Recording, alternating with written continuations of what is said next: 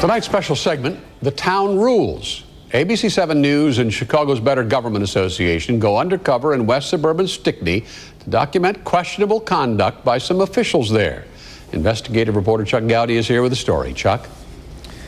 Ron, the government watchdog BGA began looking at Stickney's top officials more than a year ago and asked ABC 7 to join the investigation. They and we documented the personal use of village vehicles, on-the-clock drinking, and then driving government cars. Tonight, after hours of surveillance and interviews by the BGA and the I-Team, we can expose the town rules. Stickney is known for its sewage treatment plant, the largest in the world. But tonight, it is something else that stinks in Stickney.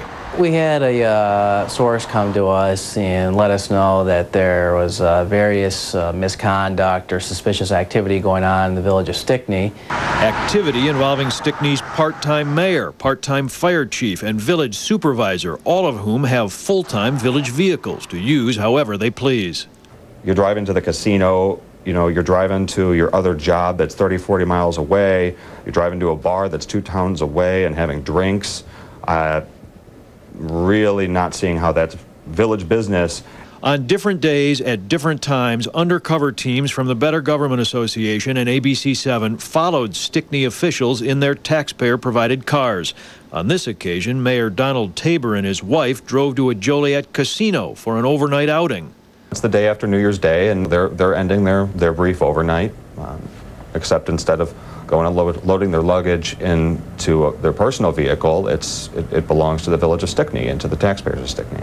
You think that you're entitled to take that car anywhere that you want in this area? Yes, because under the regulations? Because I have the radios in the car and I can keep in contact with the police department or the fire department at all times. Do you take radios into the casino with you?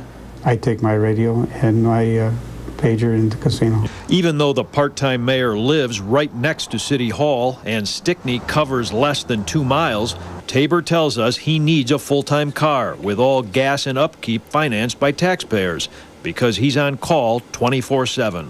One time I got called looking for a body at 2 o'clock in the morning when we had a problem. Why would the mayor be called to look for a body? Because the chief called me and says, let's go. We're going to go look for a body. While Stickney's lenient use of government cars may not be illegal, the BGA says it's unethical.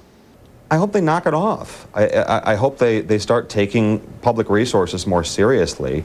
For a year, the mayor's car was outfitted with this license plate that state officials say was illegal and intended to be only decorative. We showed the mayor BGA surveillance of Village Supervisor Kubinski drinking in bars on several occasions, then leaving the bars, getting into his village car, and driving away. The policy is you do not drink while you're on the job, number one. And number two, if you're caught drinking on the job, you can be subject to dismissal. I think they need to reconsider how those vehicles are being used. I mean, does the mayor really need a village car to go gambling at Joliet? God only knows what else is going on in Stickney. Tonight, Village Attorney Stanley Cusper says the mayor has ordered him to conduct a top-to-bottom evaluation of village vehicle use and that they will be putting new rules in writing. Ron and Kathy, the Better Government Association, has scheduled an 11 a.m. news conference for tomorrow. Of course, Mr. Cusper, the former Cook County clerk, promises to take a good look at this. Okay. Chuck, thanks.